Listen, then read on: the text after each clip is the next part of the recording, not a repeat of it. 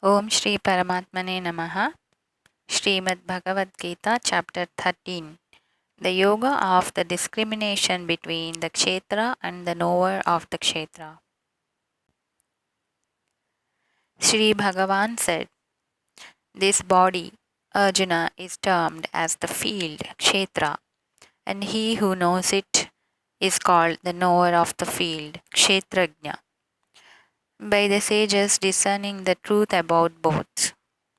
Know myself to be the Kshetrajna, individual soul, in all the kshetras, Arjuna, and it is the knowledge of the field and knower, that is, of matter with its evolutes and the spirit, which I consider as true knowledge.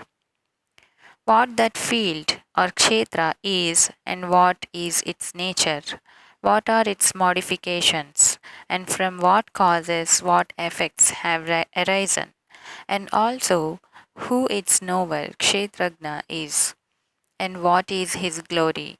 Hear all this from me in brief. The truth about the Kshetra and the Kshetrajna has been expounded by the seers in manifold ways. Again, it has been separately stated in different Vedic chants and also in the conclusive and reasoned texts of the Brahma Sutras. The five elements, the ego, the intellect, the unmanifest primordial matter, the 10 organs of perception and action, the mind, and the five objects of sense sound, touch, color, taste, and smell.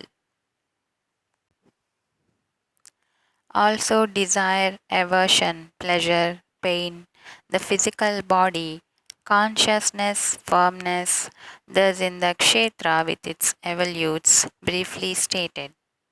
Absence of pride, freedom from hypocrisy, non-violence, forbearance, uprightness of speech and mind, etc., devout service of the preceptor, internal and external purity, steadfastness of mind and control of body, mind, and the senses, dispassion towards the objects of enjoyment of this world and the next, and also absence of egotism, pondering again and again on the pain and evils inherent in birth, death, old age, and disease,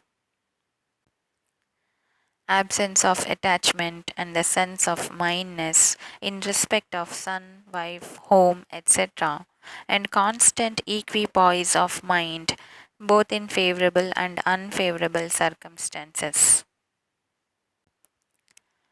Unflinching devotion to me through exclusive attachment, living in secluded and holy places, and finding no delight in the company of worldly people. Constancy in self knowledge and seeing God as the object of true knowledge. All this is declared as knowledge, and what is contrary to this is called ignorance. I shall speak to you at length about that which ought to be known, and knowing which one attains supreme bliss. That supreme Brahma, who is the Lord of the two beginningless entities, Prakriti and Jiva, is said to be neither Sat nor Asat. It has hands and feet on all sides, eyes, head, and mouth in all directions, and ears all round, for it stands pervading all in the universe.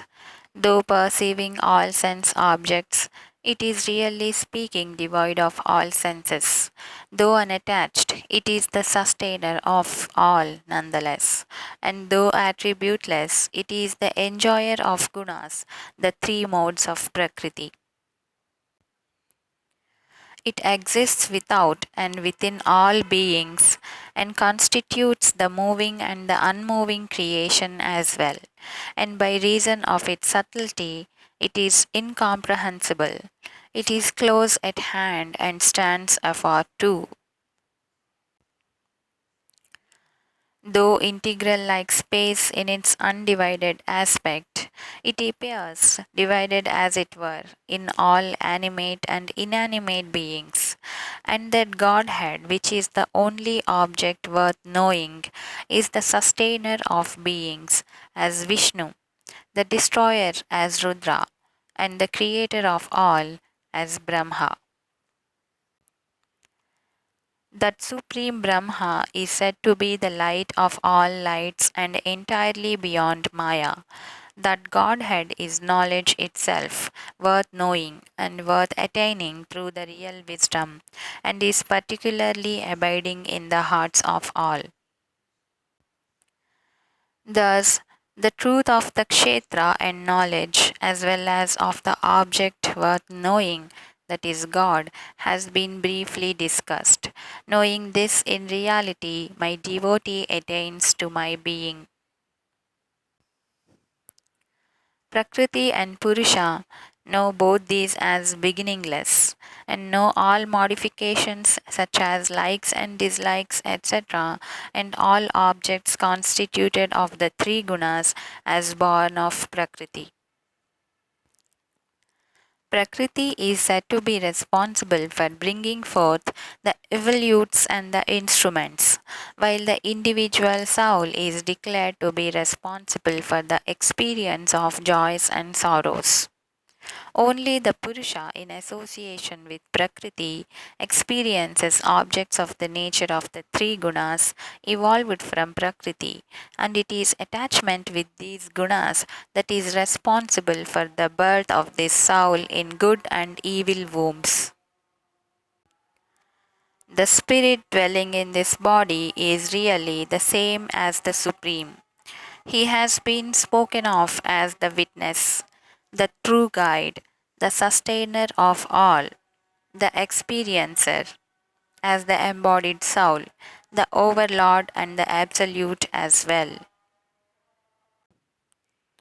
He who thus knows the Purusha, the spirit, and Prakriti, nature, together with the gunas, even though performing his duties in every way, is not born again.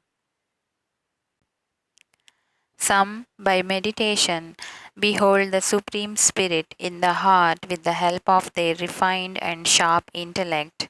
Others realize it through the discipline of knowledge, and still others through the discipline of action, that is, Karma Yoga.